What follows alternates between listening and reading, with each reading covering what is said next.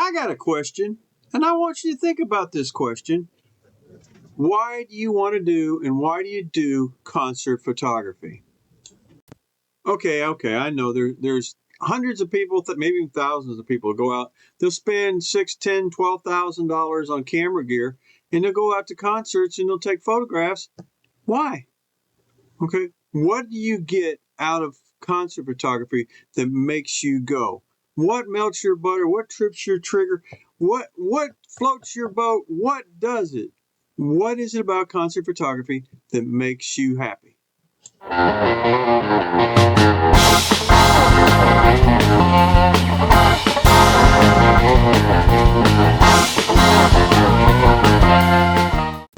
I'm Robert Maxfield. I'm a concert and music photographer in Dallas, Texas, and welcome to Max Concert Photography, where we talk everything concert photography. I mean, everything. Okay, I'm going to be perfectly honest. When I got into concert and music photography, it was a whole different world. And I went to my first concert, which was Blue Oyster Cult, Cheap Trick in Black Oak, Arkansas, and I thought it was the coolest thing I'd ever seen in my life. And so I said, man, I got to record this with a camera because this is pretty cool. And so the next week, it was the next month, the concert came around and it was Queen News of the World. Pretty important concert in history of all things.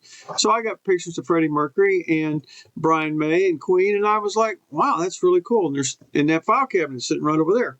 So then I sit there and go, I got to get some more of this. So I took some more photographs. I took Ted Nugent. I took Journey, the Texas Jams, Van Halen, you name it. I've shot all kinds of people over time. And then I got thinking, why? I guess I got thinking earlier in the week, I got thinking, why do I do this? I can tell you exactly why. It's a coolness factor. And hang on a minute. Say hi, Molly. Okay. Now that that's over with, um, some of the things I've done in my life, as far as concert events and music, have been way cool, and they're cooler than a lot of other people could ever think of experiencing. I'll give you some examples. One of which was Molly. Okay. One of which was I got to have a conversation with Henny Youngman and Milton Berle about religion while I was taking their photographs on stage, part of an event. I thought that was really cool. I got to when I was photographing events, I photographed Leonard Nimoy, and we were talking about why he didn't give autographs, and he told us all that. So we got to walk out with Leonard Nimoy out to his car, and he asked what we were carrying, and we had a Star Trek technical manual, and he says, let me see that. And he opened it up, and he goes, my God, you got Shatner's autograph in there. And he says, I'll give you mine. And we talked to him for about 30 minutes. Music-wise, there's a place down on Greenville Avenue in Dallas that we used to go to, and we'd sit out back with artists between sets and talk in the back of the neighborhood.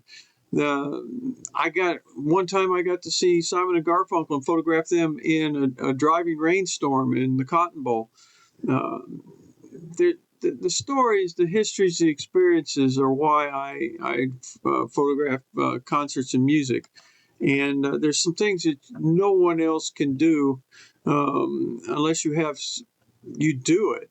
I went to one of the very first Texas Jams, and I guess I was about 17 years old, and my father gave me the keys to his brand new Pontiac, and we filled it up full of beer, and we went down to Fair Park in the middle of the night, which is pretty dangerous. And I pulled up to a gas station, and there was a guy sitting on a stool with a 12-gauge shotgun and a Doberman Pinscher, and he said to me, he says, what do you want, boy? I said, I just want to know where Fair Park is. He says, it's that way. I said, see ya, thanks. And then we went to one of the rockinest concerts with 135,000 other people. Saw Van Halen. It was truly amazing. You can't live past those experiences. But I have an experience where I'm 6 inches from Chuck Berry, and Chuck Berry walks out on stage, and the venue is full. It's an outdoor venue. It's full of people, and there's people in the trees. And I'm 6 inches away from the man as he stands up on the stage and looks out, and he goes, "Request." And some guy about 30 yards out goes, "Man, play Maybelline, play Maybelline." And Chuck Berry goes into playing Maybelline, and you can't. Those experiences are really cool. I got to see Men at Work with Fleetwood Mac on their first U.S. tour, and they were scared to death on stage, and that's where their jumping about comes from. Um, those experiences are priceless. One of the reasons I started this YouTube channel was nobody in my family has an interest in doing what I do, and it's kind of depressing, but it's truth. I mean, there's no family members that want to take it, but when they come in the house and they go down the hallway, they'll see the autographs and the photographs and the people. Some of my own family members go, "Hey man, is that real?" "Yeah, that's real." And you go, "Well, who took that photograph?" And I go, "I took that photograph." They go, "No way." "Yeah, way, man, I took that photograph." And I mean, I've got Paul Rogers in Bad Company. I've got people that just John Denver, Charlie Daniels. And part of it is I like capturing music history, and I'm a photographer first and foremost.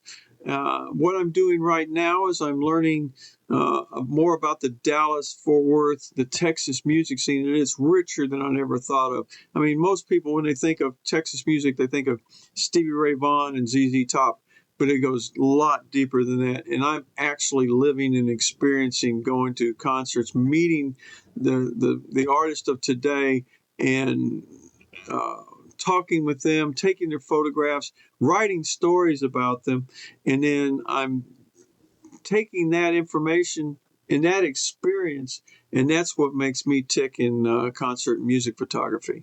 So when you go out to wherever you're going to take your concert photography, whatever you're going to do, sit there and say, "Why am I doing this?